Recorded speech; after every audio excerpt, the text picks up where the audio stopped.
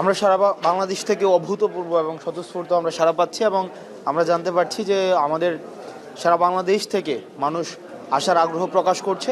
পরিমাণগত দিকটা আসলে ওইভাবে নিশ্চিত হওয়া যায় না, তবে আমরা সারা বাংলাদেশ থেকে আমরা অভূতপূর্ব সাড়া পাচ্ছি এবং সবাই আসতে চাচ্ছে, সবাই জানতে যাচ্ছে, আগ্রহ সৃষ্টি হয়েছে।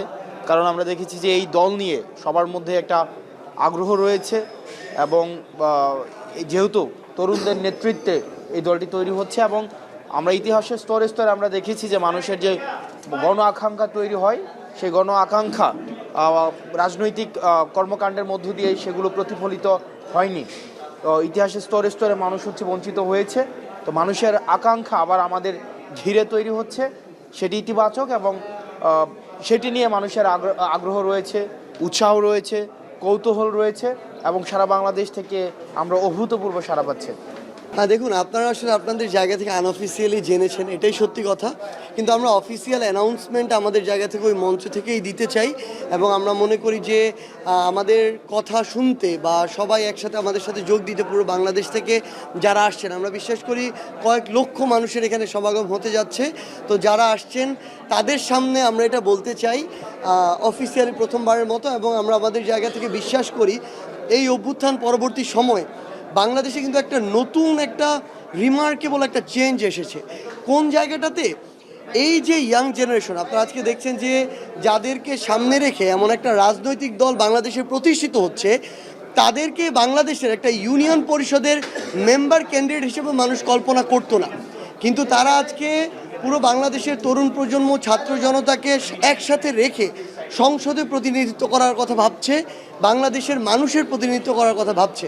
তো সেই জায়গা থেকে আমরা মনে করি এই যে একটা অভূতপূর্ব সারা পুরো বাংলাদেশ থেকে আমরা তাদের এই প্রত্যাশার যে পারদ, সেটাকে সবসময় বজায় রেখে সততা, ন্যায়, দেশপ্রেম এগুলোকে সামনে রেখে দেশ এবং দেশের মানুষের প্রায়োরিটি সবার আগে রেখে আমরা কাজ করে যাব।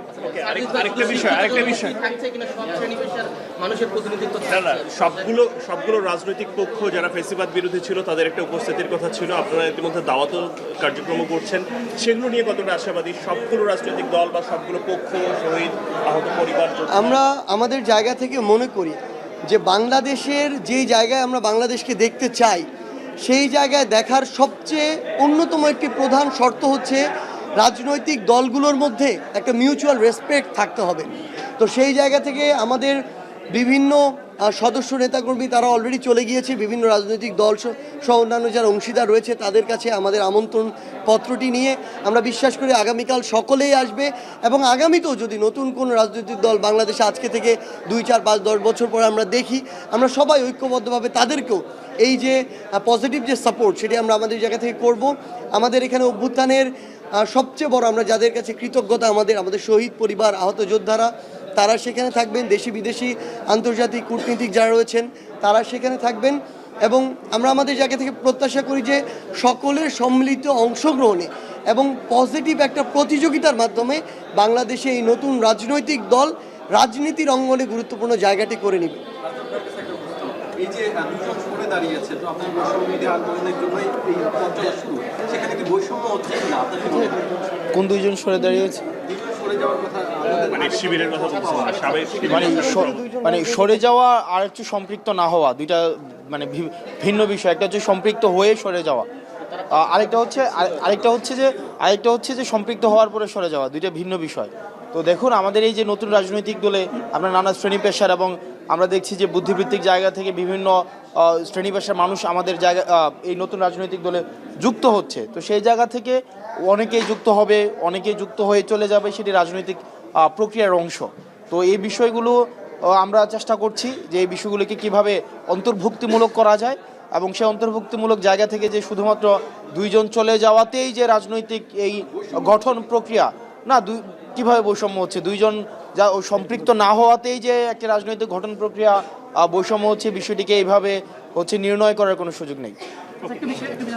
সামনে যেহেতু জাতীয় নির্বাচন এবং আপনাদের কালকে নতুন একটা দলের আত্মপ্রকাশ, প্রত্যেকটা রাজনৈতিক দলের থাকে যে নির্বাচন, সেক্ষেত্রে সামনে রাজনৈতিক দলের নিবন্ধন প্রক্রিয়া রয়েছে এবং সময়ও খুব বেশি নেই। এর মধ্য দিয়ে কি জাতীয় নির্বাচনে অংশ নিতে পারবে কিনা বা সেটাই সময় বলে দিবে। আমরা রাজনৈতিক ম্যান্ডেটের মধ্য দিয়ে মানুষের কাছে পৌঁছাবো এবং রাজনৈতিক দল তো শুধুমাত্র যে গৃহবন্দী কোনো কিছু রাজনৈতিক মানুষের মধ্য থেকে এই ম্যান্ডেটটি নিশ্চিত হবে।